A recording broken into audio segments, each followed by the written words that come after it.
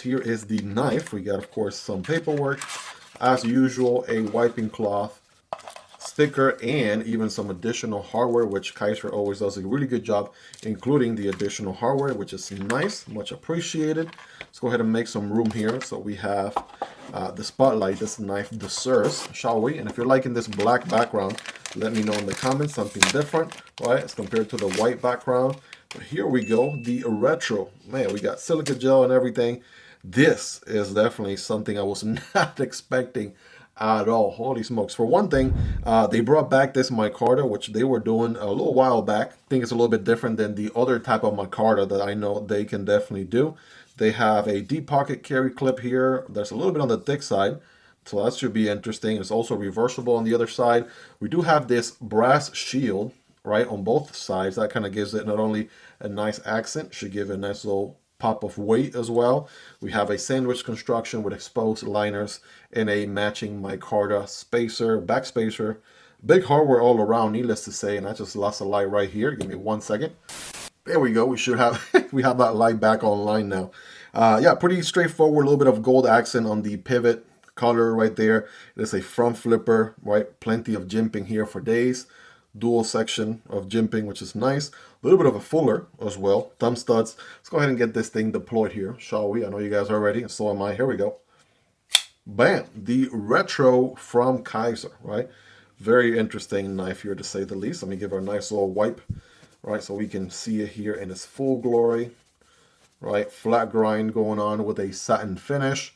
Nitro V steel, a Johan Jordan design, as we said earlier. Kizer lettering, a little bit on the bigger side, and it is going to be a liner lock. We do have access to that liner, by the way, so let me zoom in here if the phone wants to cooperate. Thank you.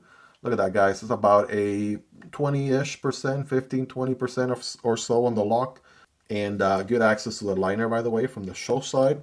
Nice, interesting cutout here, right? So we can access that liner there with no issues. Oh yeah, it's absolutely on ball bearings, 100%. Nice, very nice droppy action there, to say the least. Now it has a internal stop pin, and I'm not sure if you guys can see it, but there it is from the inside. We can almost see the track, right, as well on the liners, right there, more or less. And there's that internal stop pin on both sides. So that's a nice little touch right there. Just notice that. Front flipper is money all day. Thumb deployment, of course, is good. Deploying off of the, oh yeah, deploying off of the thumb stud. That's also pretty solid. And we got this fuller, so, oh yeah, you already knew. You already knew that we were going to be able to deploy off of that fuller with our eyes closed. That's how good it is. You can even thumb deploy off of the fuller. So, I mean, as far as multiple deployment options, check, and check, right? Checked all the boxes right there for sure. Let's check out the ergos here, right? If I do the hammer grip with the index finger on that cutout right there, we are, yeah, good to go. Kind of gives me a little bit of Strider vibes, you know, the way the handle starts this thickness and then gets way thicker, way back here. I don't know why, but it does give me Strider vibes. You guys confirm with me in the comments if if you know what I mean. But yeah, definitely feels comfortable, and it definitely feels the hand right there on the hammer grip. I feel the pocket clip a tad bit, nothing crazy, a good 9 out of 10, if anything.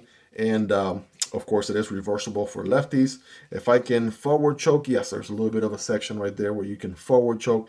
And again, plenty of jimping for days, so you could rest your thumb here or further forward, like, or something like here, if you wanted to have way more control. But man, that is so far very interesting, sort of classy looking knife, right? I see the retro piece, the retro appeal, right? Especially with that shield right there in the middle, the handle getting a little bit thicker back there. It is a gorgeous drop point blade, there's no arguing that, with a beautiful swedge, right? The fuller, I mean, everything just pretty well thought out on this design. So it's not just you know, another random design or anything. I feel like they definitely put some thought into this one. And man, that drop shot action is so good. I can't even make this up. I don't even know if it's coming across on camera, but it definitely feels really nice as far as that goes. And check out the milling on the inside. Definitely have some milling going on, some cutouts for weight reduction and stuff like that.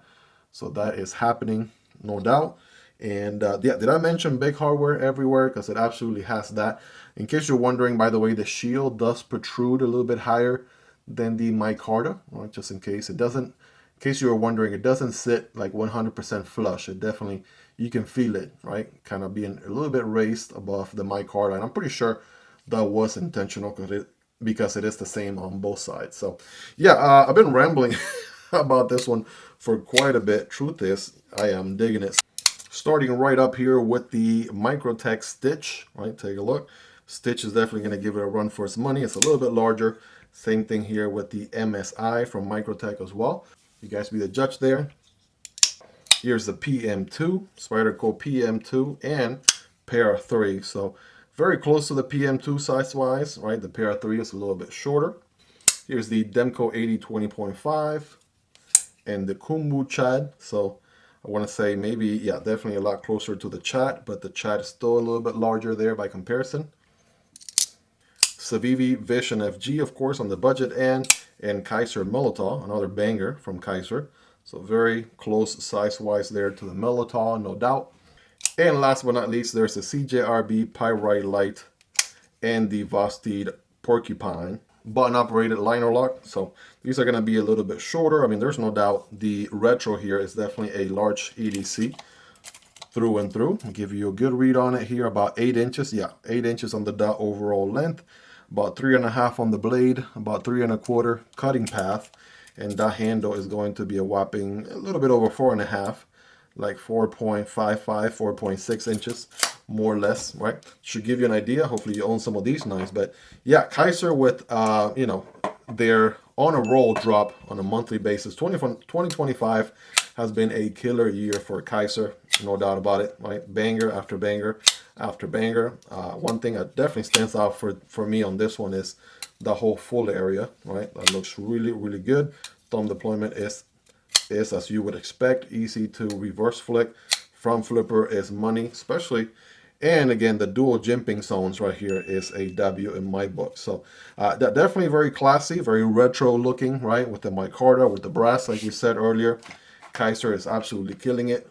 Of course, you guys let me know your thoughts on this one. What do you like about it? What do you love about it? Is there anything you dislike about it, right? Let me know. Let's hang out in the comment section below. Let's talk everything Kizer knives and EDC knives down in the comment section. Hope you guys really enjoyed this one. If you made it to the end, you're the real MVP. Hope you guys have a wonderful rest of your day. Take care, and I'll see you on the next one, either this one or this one. Peace.